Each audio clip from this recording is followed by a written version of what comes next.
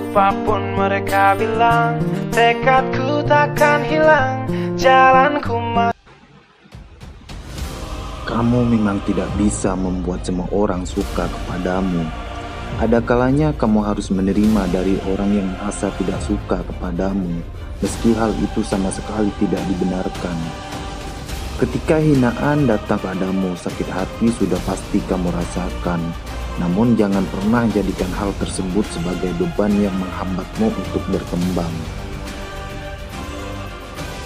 Kamu boleh dihina sekarang dan kamu boleh sakit hati, namun jadikan itu sebagai pemicu semangatmu untuk membuktikan kepada mereka yang pernah meremehkanmu bahwa kamu sama kuatnya dan akan lebih berhasil dari mereka.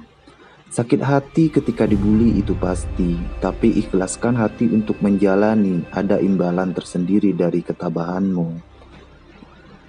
Bayangkan saja bagaimana sakitnya saat ada orang yang ngomong seperti itu kepadamu. Rasanya jelas bikin sakit hati dan perih. Yang bikin kesal lagi ketika kamu ngelawan dan bales hinaannya. Kamu akan kena bully yang lebih hebat lagi. Kalau udah gitu kamu bisa apa? Ini memang terasa berat, tapi kamu perlu ikhlas dalam menerimanya. Daripada marah-marah dan bikin ulah, malah kamu akan bully yang lebih gila lagi. Tenang saja, biasanya jika kamu malah sabar, mereka akan mundur dengan sendirinya kok. Kalaupun mereka nggak mundur, kesabaranmu akan berubah kok nantinya. Ya emang nggak langsung sekarang sih, tapi bukankah ada pepatah?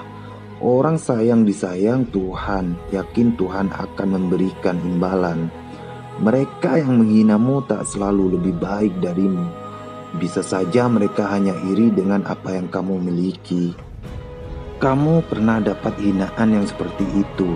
Hinaan yang isinya mengomentari apa yang kamu lakukan, apa yang kamu kenakan, dan apa yang kamu bicarakan. Jika pernah, gimana rasanya? Sakit kan? Ya, tapi jangan biarkan rasa sakit tersebut membuatmu larut berlama-lama. Dan kamu harus tetap positif dalam menghadapi hinaan yang diberikan oleh mereka. Cara gampangnya, anggap saja mereka iri dengan apa yang kamu miliki. Hinaan bukan cuman berarti kamu jelek dan tak layak untuk dikagumi. Bisa jadi malah karena kamu berbeda dan spesial sehingga mereka iri dengan keadaanmu. Itulah kenapa kamu gak perlu sampai memasukkan ke hati hinaan yang kamu terima.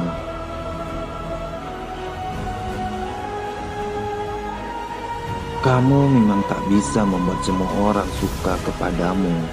Ada kalanya kamu harus menerima dari orang yang merasa tidak suka kepadamu, meski hal itu sama sekali tidak dibenarkan. Ketika hinaan datang kepadamu, sakit hati sudah pasti kamu rasakan. Namun jangan pernah jadikan hal tersebut sebagai beban yang menghambatmu untuk berkembang. Setidaknya dengan mereka menghinamu, artinya mereka juga memperhatikanmu. Apapun itu, ambil sisi positif dari setiap hinaan yang ditujukan kepadamu. Tetap ambil positifnya. Meski kamu dibully, dihina, dan dicerca dengan gencar oleh mereka-mereka yang membencimu, kamu gak perlu takut, apalagi sampai depresi. Cukup tabah dan lihat segalanya dari sisi positifnya. Hinaan yang mereka lancarkan padamu adalah buah observasi yang mereka lakukan tiap hari. Jadi ya anggap saja mereka perhatian kepadamu. Jangan khawatir juga ketika mereka terus menghujanimu dengan cacian. Hitung-hitung kamu memberikan mereka kerjaan buat mikir tiap harinya. Lagian dengan mendapat hinaan dari mereka, kamu bisa dapat transferan pahala jika kamu mau sabar dan tabah saat menghadapinya. Pada akhirnya, orang tua memang yang selalu mengerti. Bercerita kepada mereka tentang hal yang kamu risaukan bisa jadi solusi. Bahkan dalam tiap kesabaran dan ketabahan yang kamu jalani, kamu pasti masih merasa sakit hati setelah dibully. Di luar sana bisa jadi kamu tampak biasa dan tanpa beban, tapi dalam hati orang tak ada yang tahu. Mungkin pada suatu titik kamu akan merasa tertekan atas segala hinaan, kesal, marah, dan sakit hati. Orang yang mulia tidak akan sesekali menghina dan memalukan orang lain karena berbangga diri dan tidak menghormati orang lain. Itu bukanlah kemuliaan.